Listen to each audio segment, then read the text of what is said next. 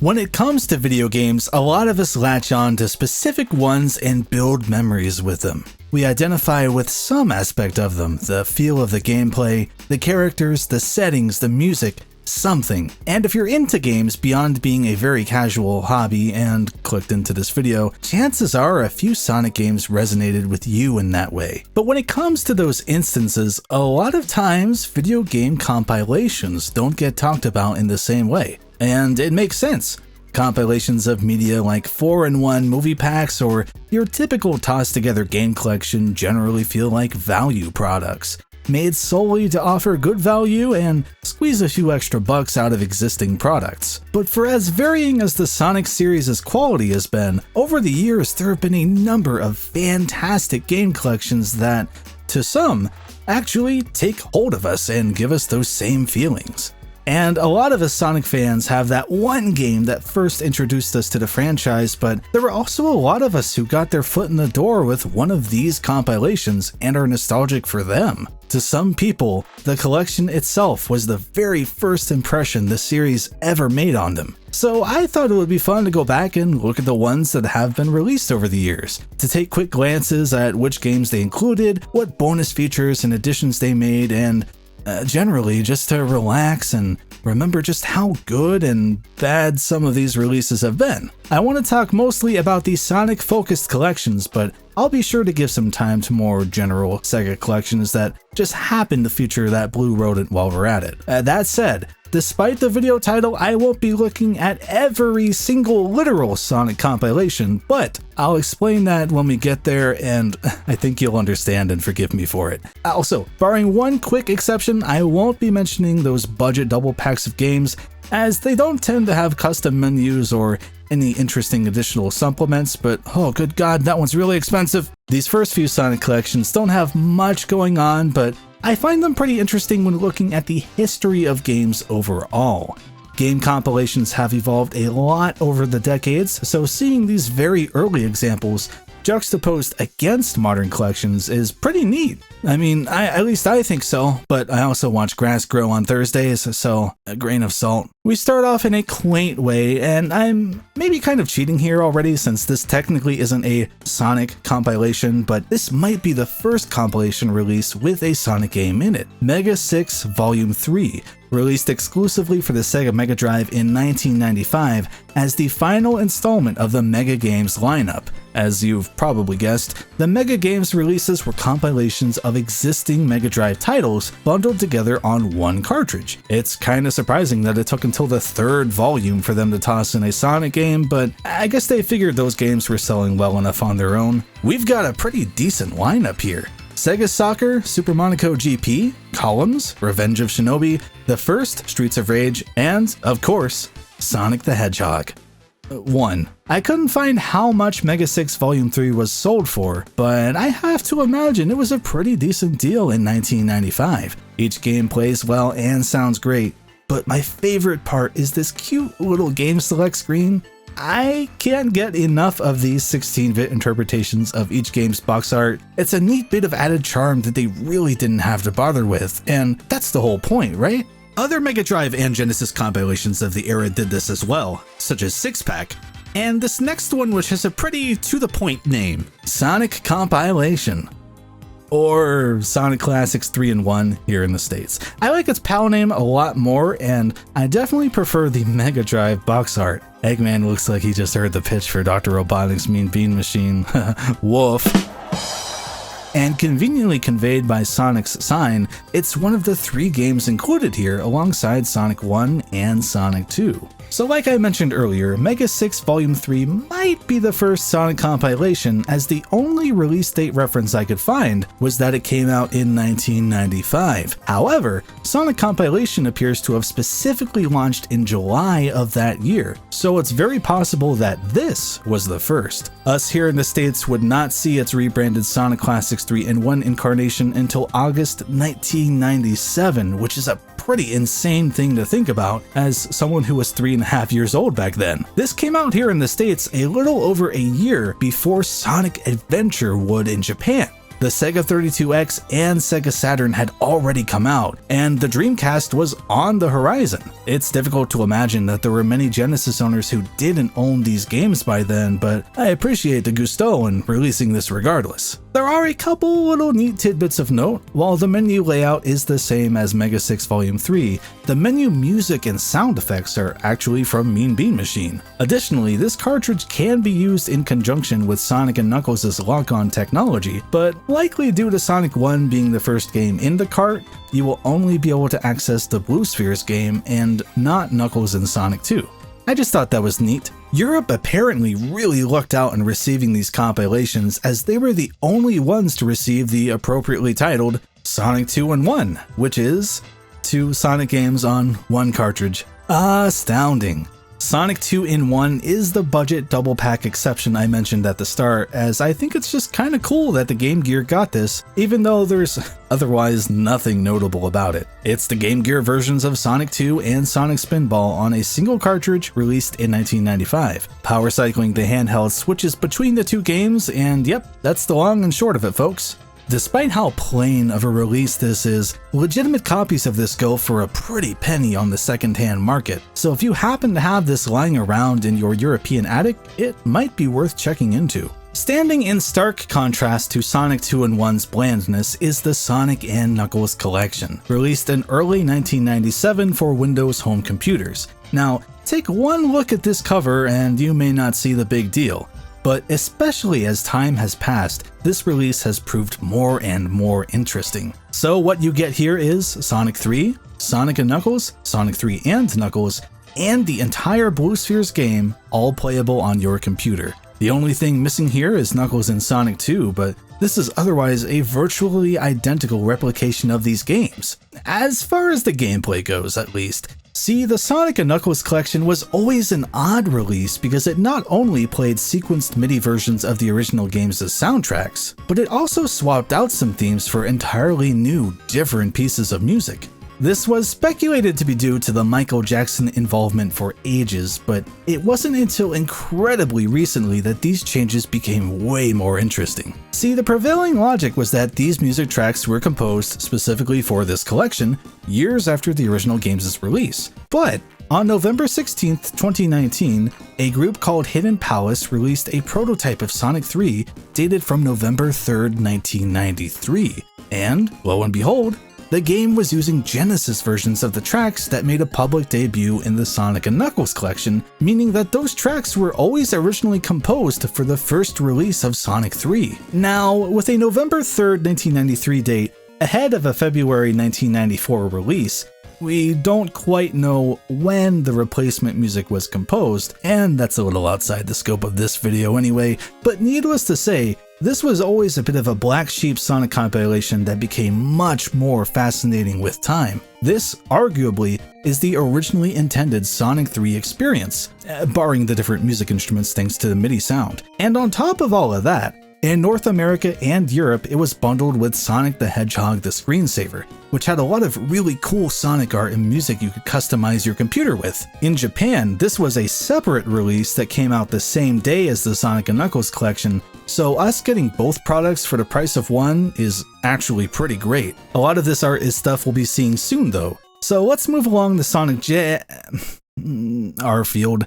Alright, we'll talk about this before Sonic Jam, even though it's jumping ahead some. The Sonic and Garfield pack. Never has there been a holier union of two animals that love food that gives massive heartburn. I know if I didn't bring this up, I'd never hear the end of it. It's honestly quite fascinating that this exists. This feels like something someone would Photoshop and post on Twitter at 3 AM after a night of bad choices, but no, it's real. This came out in 1999 and contains the previously mentioned Sonic & Knuckles collection, a Garfield platforming game called Garfield Caught in the Act, I don't care. And perhaps the buried lead here, a special bonus puzzle game called Baku Baku, roughly translating from Japanese to Chomp Chomp. Just look at this cover art. Why this guy doesn't get to hang on the front cover with our big special boys is simply beyond me. Garfield has successfully been installed. Why do I feel shame? I'm talking about Sonic on YouTube, I should already be feeling that. Yep, this sure is a Garfield video game, alright. Yep, Yep. But yeah, man, I don't know. The Sonic and Garfield pack feels like something I'd pull out of a box of Cinnamon Toast Crunch. It's a holy grail for meme lords. I'd love to own it for myself, but amazingly, I couldn't even find a single copy on eBay, so I imagine it's pretty rare. There's actually a ton of Sonic PC releases from the 90s and mix and matches of them. When I said at the start that I wouldn't actually be looking at every compilation, this is the technicality that caused it. There's unfortunately nothing unique or additive to any of these, at least to my knowledge.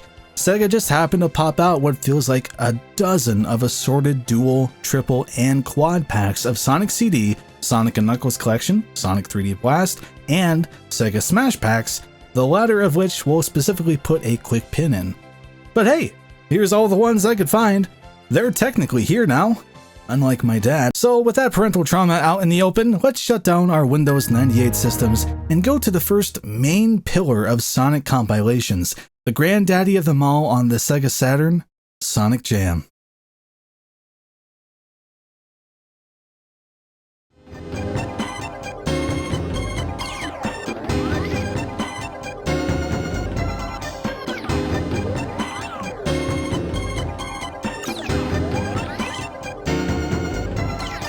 Damn, that's groovy. Yes, as you probably know, the Sega Saturn never received any original traditional Sonic titles to its name due to a number of reasons, but it did receive some supplementary material, and shining brighter than the rest is 1997's Sonic Jam. This is an interesting release, and unlike a majority of Sonic compilations, actually came straight from Sonic Team proper. It set the groundwork that a lot of later compilations would follow, and there's a lot here to appreciate. The main draw here is the 4 proper Sonic titles collected onto a single disc, bringing each fantastic game to the console all at once. Sonic 1, 2, 3, and Sonic & Knuckles are all fully playable, as well as Sonic 3 and Knuckles, Knuckles and Sonic 2, and the Blue Spheres bonus game. In addition, each game has full manual scans that can be zoomed in and read page by page. I feel like this kind of stuff should be standard in every re-release of a game, so I love seeing it all the way back here in the mid-90s. There were also some great additions like time attack modes, an option to disable the 10-minute death penalty from stages entirely, and putting the spin dash into Sonic 1.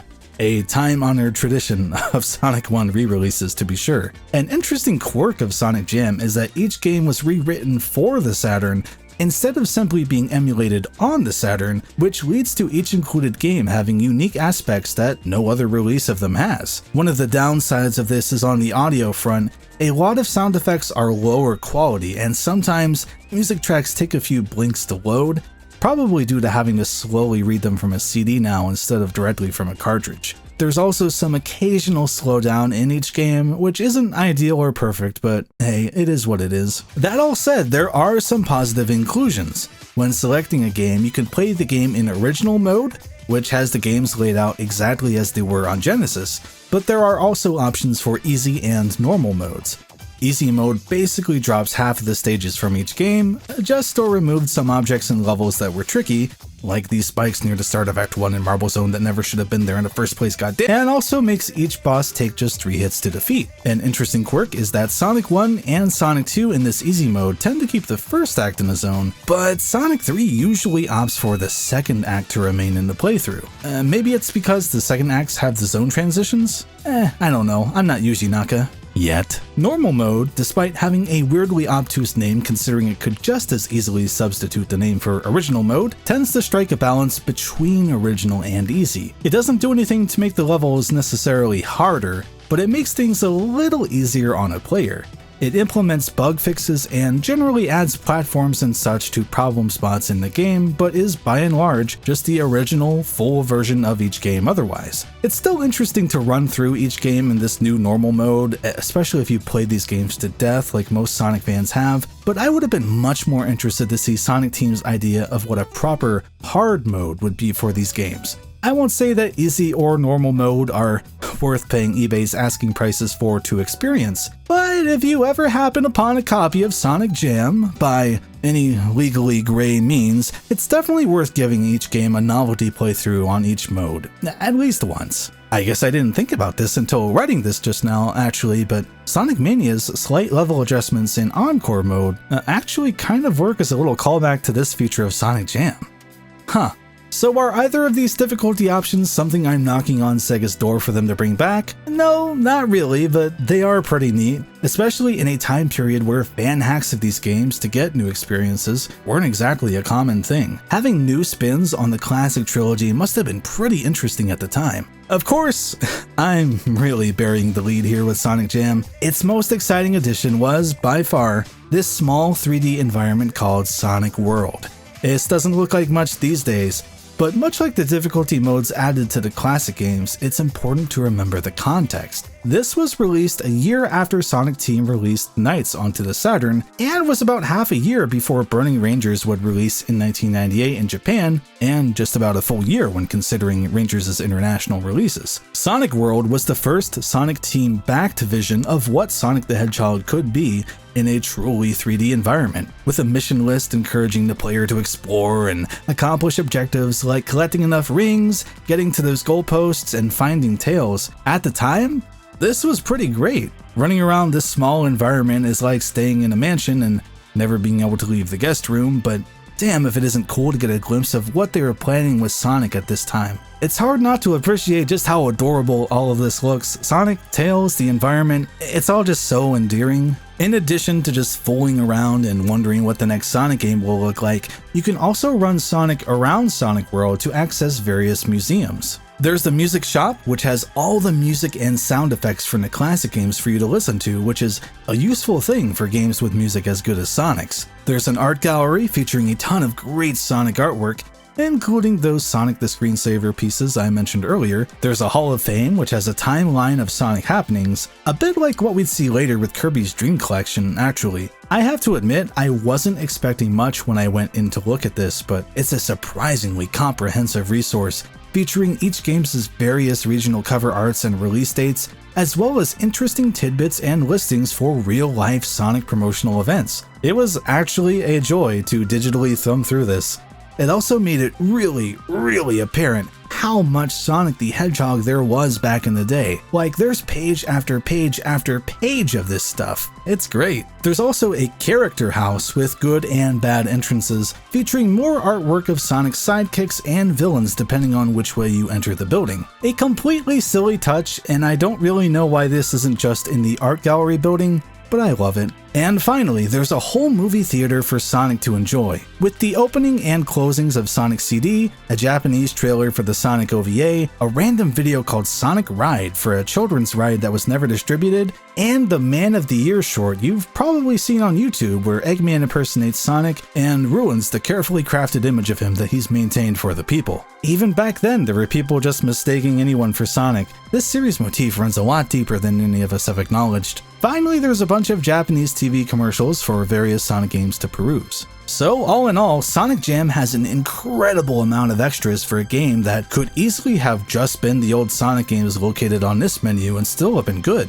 But it does so much more, offering a comprehensive smattering of the series' history across various mediums for the first time, as well as giving a glimpse into the future through Sonic World. And it's in doing this that I think Sonic Jam managed to tap into something incredibly important despite the series' relative infancy. There's nothing inherently wrong with making a game collection that focuses on the games, but the opportunity is there each and every time to make something truly special, to proudly archive and present a curation of important miscellaneous materials, things for fans to analyze and enjoy, and to inform those completely unfamiliar with the subject of just how dang cool Sonic is, dang it. It's probably a tall ask for each video game collection to basically be an interactive museum, but when it's pulled off well, it's always fantastic. But I think an equally important thing that Sonic Jam stumbled into, perhaps by accident, is creating and exuding a specific, almost intangible vibe.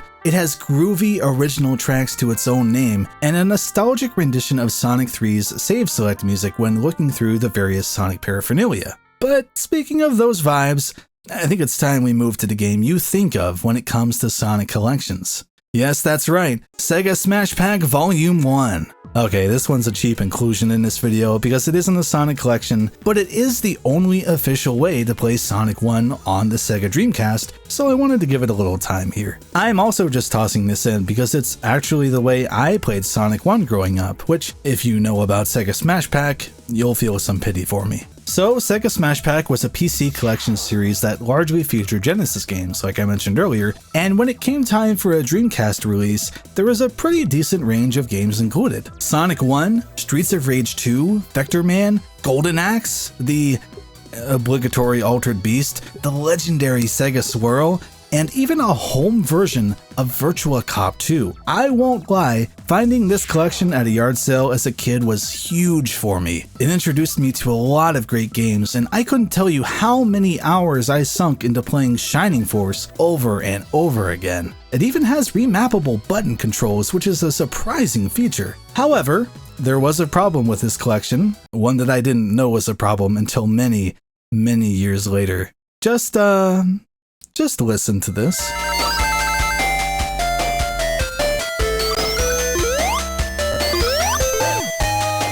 Yeah, the emulation is a bit patchy, but I didn't know better as a kid. I just thought this was how these games sounded. I was amazed when I went onto the internet later and heard the way these games were actually meant to be heard. Here, listen to this poor showing of Streets of Rage 2's audio.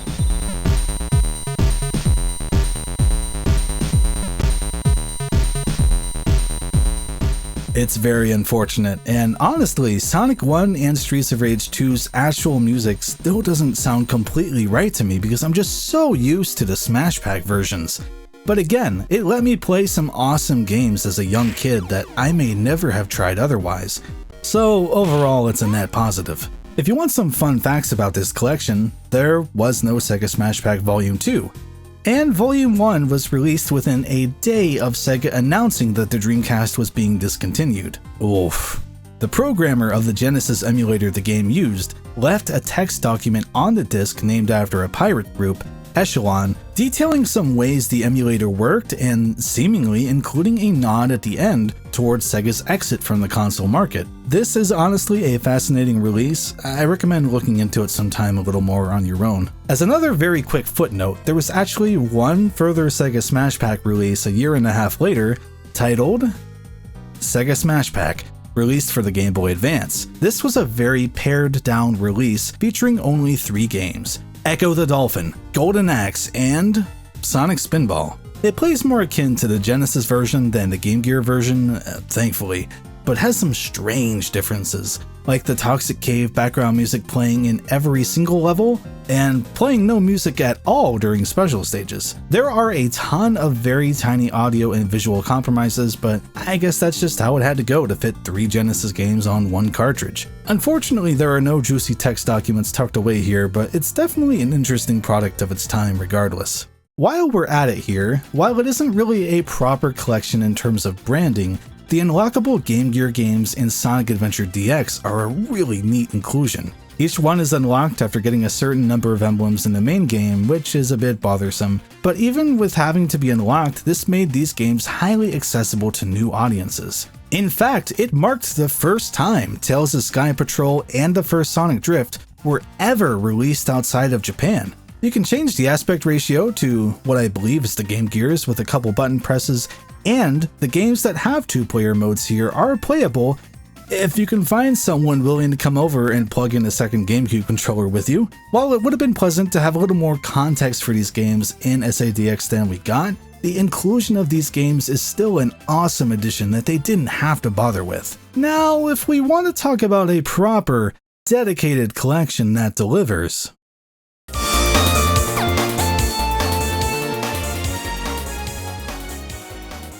there are decent odds that if you got into Sonic in the 2000s, it was through Sonic Mega Collection.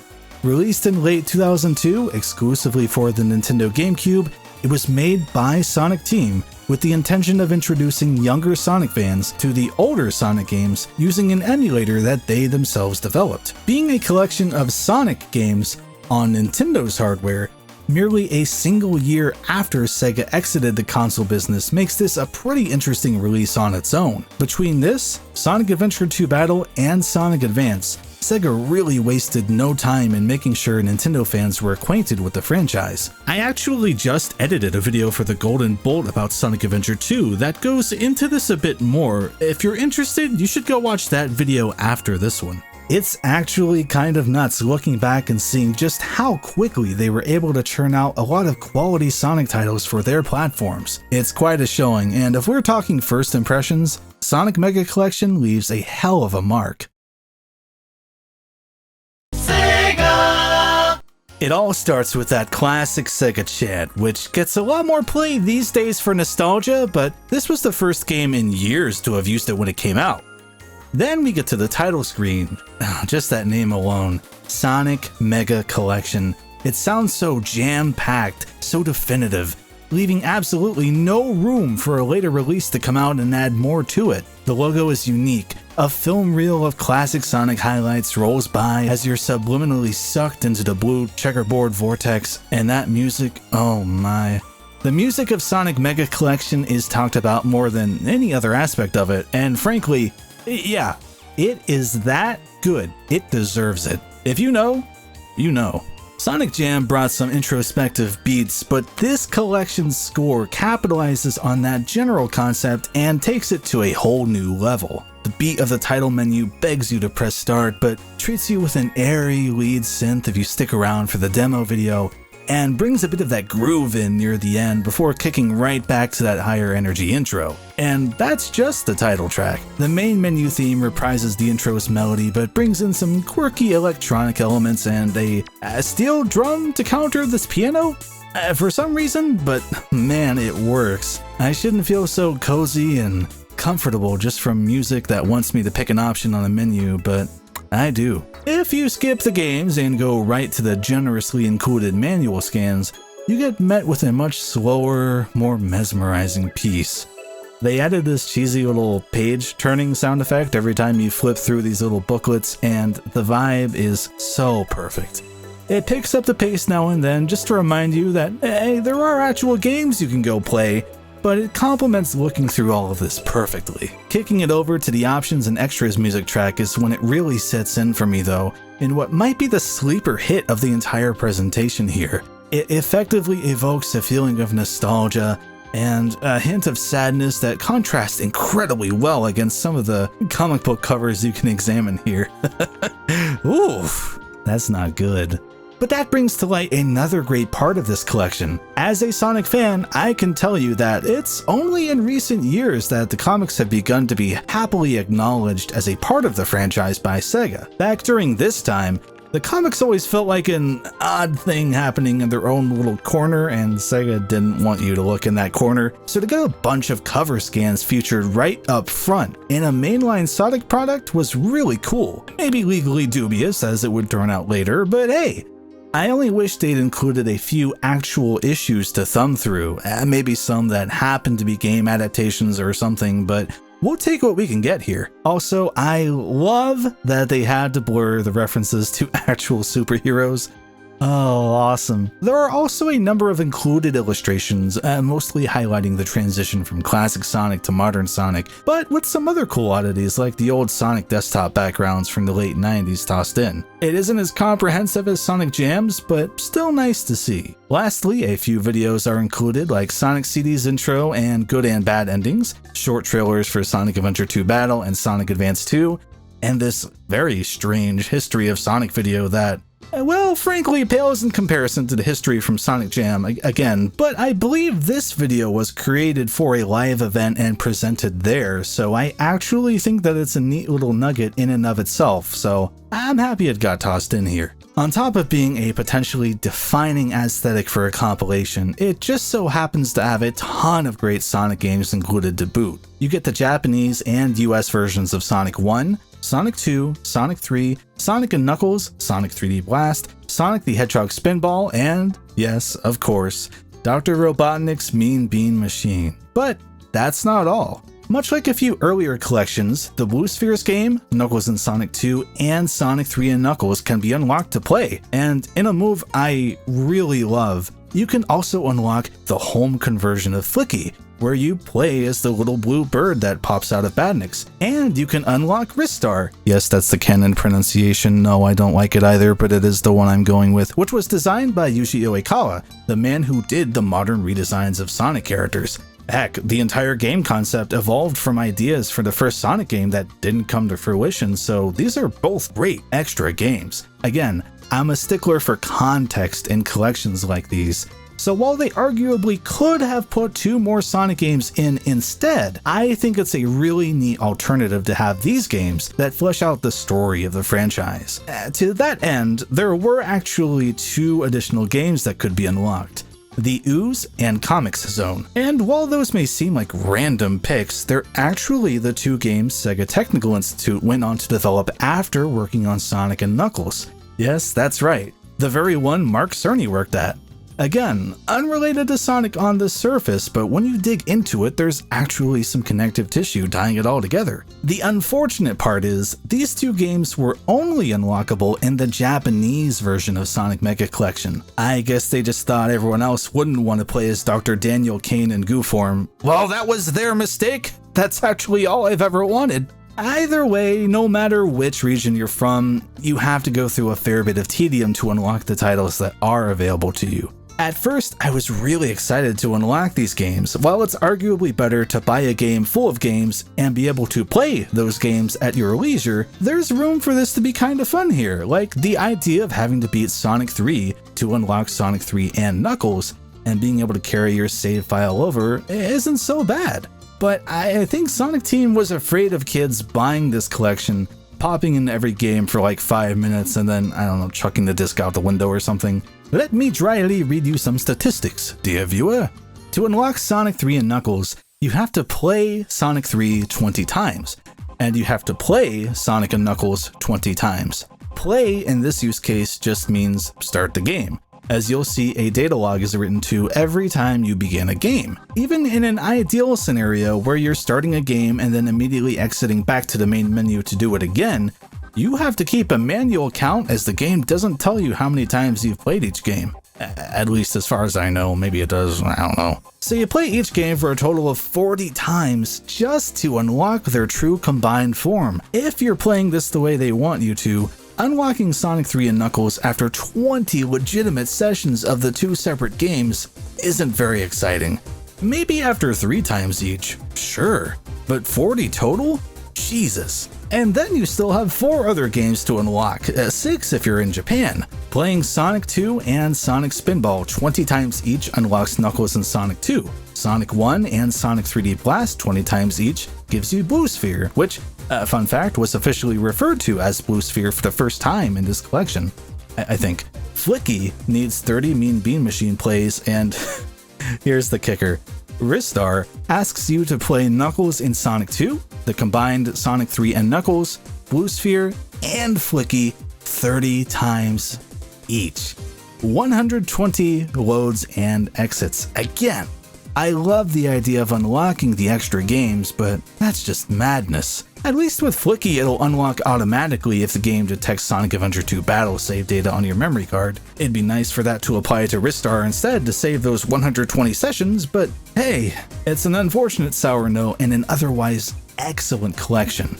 In my playtime, I noticed semi-frequent audio issues that were a bit jarring to experience, like it would build up a cache of them and just dump them all at once, and it was kind of weird and not great. But considering the context, having otherwise great playing versions of Sonic's Genesis outings on the GameCube was quite an appealing proposition. It plays miles better than the Sega Smash Pack 2, so it was competitive to similar offerings at the time. Officially, I don't think there was really a better way to play these games outside of finding a Genesis and playing them proper. And again, the vibe here is wholly unique. The menu design just screams Sega's aesthetic of the time period. Everything about this is just so evocative of the late 90s, early 2000s Sega, and I value it dearly. That neatly brings us to Sonic Gems Collect. Wait, what? There's a Sonic Mega Collection Plus? How did I not know about this before? And why do I have 3 copies? So yes, Sonic Mega Collection Plus is likely the collection you are most familiar with. Every other month I seem to find a copy of this game under a couch cushion. This version of the collection offered 20 games for $20 on PlayStation 2, Xbox, and later Windows computers, which it accomplished by having all of the games from the GameCube versions, plus the following Game Gear games: Sonic the Hedgehog 8-bit, Sonic Chaos, Sonic Drift, Sonic Labyrinth, Dr. Robotnik's Mean Bean Machine, and Sonic Blast. The 20-game notion is a bit of a technicality, of course, since it counts Sonic 3, Sonic and Knuckles, Sonic 3 and Knuckles, and Blue Spheres as separate games again. But hey, Ristar, the Ooze, and Comic Zone all returned, so that's kinda neat. It also swapped out a few random things, like the trailers for the games that were on Nintendo platforms. Sonic Adventure 2 Battle and Sonic Advance got swapped out instead for a few Sonic Heroes videos, including this classic. Sonic Heroes, Sonic Heroes, la, la, la, la, la, la. If you were curious about Mega Collection Plus easing the unlock requirements for all of these games, the answer is no. You'll still be loading up the games dozens of times to unlock new ones, though having a Sonic Heroes save file will help you out on a couple. For the most part, there's not much to say. It's the same great collection, just on other platforms with more games. The PS2 version had some exclusive emulation oddities, and the Sonic CD videos were also removed for some reason, but by and large, this was the collection to grab over the original. It even added save states.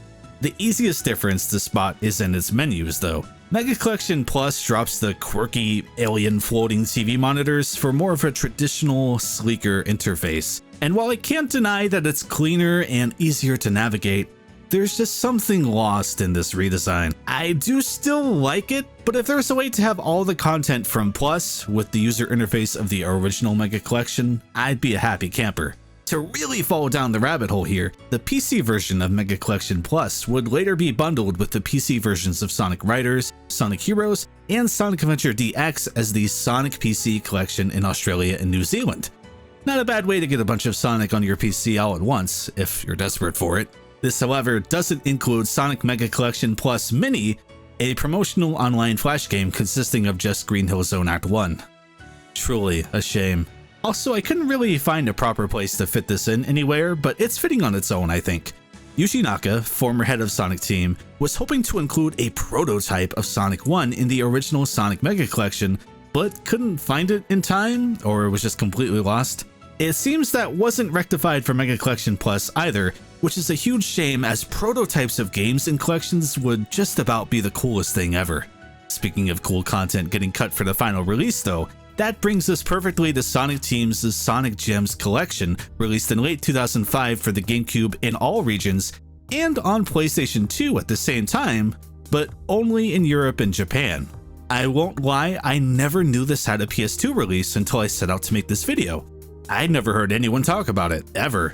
Sonic Gems Collection is an interesting release that fits nicely as a companion piece to Sonic Mega Collection. It focuses a lot more on the weirder Sonic games that probably shouldn't have gotten their own dedicated separate release, but did. The most notable thing about Sonic Gems Collection is that it was the easiest official way to play Sonic CD.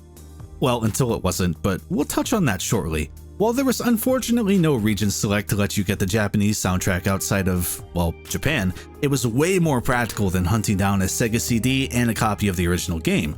Sonic CD was supposed to be included in Mega Collection also, but it seems they couldn't quite nail the emulation down in time, so instead it marquees this release, featuring Sonic and Metal Sonic on the cover alongside a specific mention of its inclusion. Also tossed in are the PC version of the infamous Sonic R, the surprisingly great port of the arcade version of Sonic the Fighters, and the following Game Gear games: Sonic 2, Sonic Spinball, Sonic the Hedgehog Triple Trouble, Sonic Drift 2, Tails of Sky Patrol, and Tails Adventure. There were a few more unlockable games depending on what region you bought the game in.